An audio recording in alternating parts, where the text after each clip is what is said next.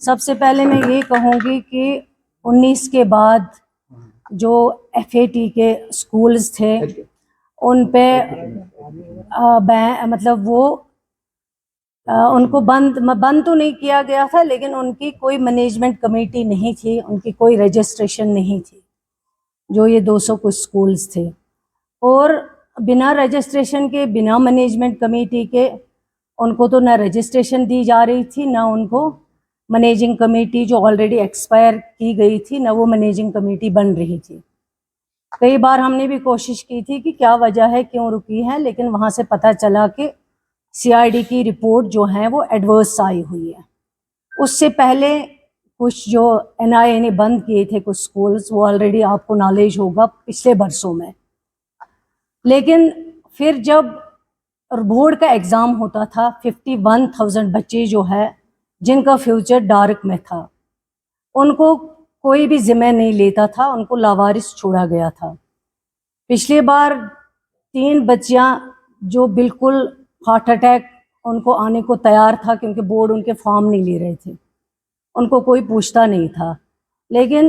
Board exams میں ان کو جو ڈیفیکلٹی آتی ہے اس کے لیے یہ سوچا گیا ہے کہ جب تک جو مینجمنٹ کمیٹیز آلریڈی ایکسپائر ہوئی ہیں، جب تک وہ مینجمنٹ کمیٹیز بنتی ہیں جن کا CID ویریفیکیشن 19 کے بعد آج تک جن کو بین لگایا گیا ہے، اور یہ کہا گیا ہے CID نے ان کی رپورٹ ایڈورس دی ہوئی ہے، لیکن کوئی ان کو پوچھتا نہیں تھا۔ لیکن بچے کئی میرے پاس آئے، انہوں نے ریپرزنٹیشنز دی ہیں،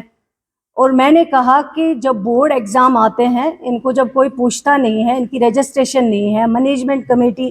ایکسپائر ہو چکی ہے، ان کے لیے ہم نے یہ فیصلہ کیا تھا جو نیئرسٹ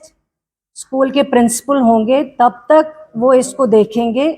جب تک مینجمنٹ کمیٹی بنتی ہے۔ کل جو بورڈ ایگزام ہوگا وہی پرنسپل ان کے فارموں کے اوپر سائن کریں گے۔ آج تک ان کے فارموں کے اوپر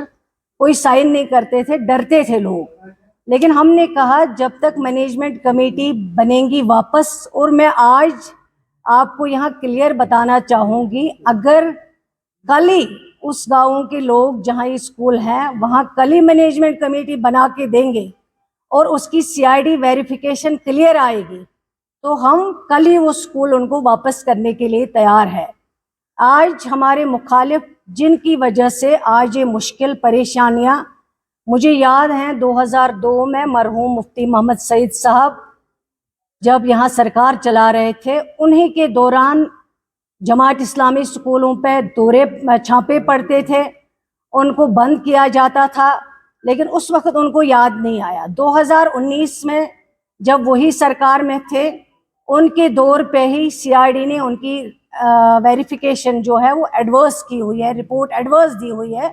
جس کی وجہ سے آج تک نہ ان میں رجسٹریشن ہے، نہ ان میں مینجمنٹ کمیٹی ہے، لیکن آج تک ان کو یاد نہیں آیا کہ غلط ہو رہا ہے۔ اگر آج ان کو سوال پوچھنا ہے،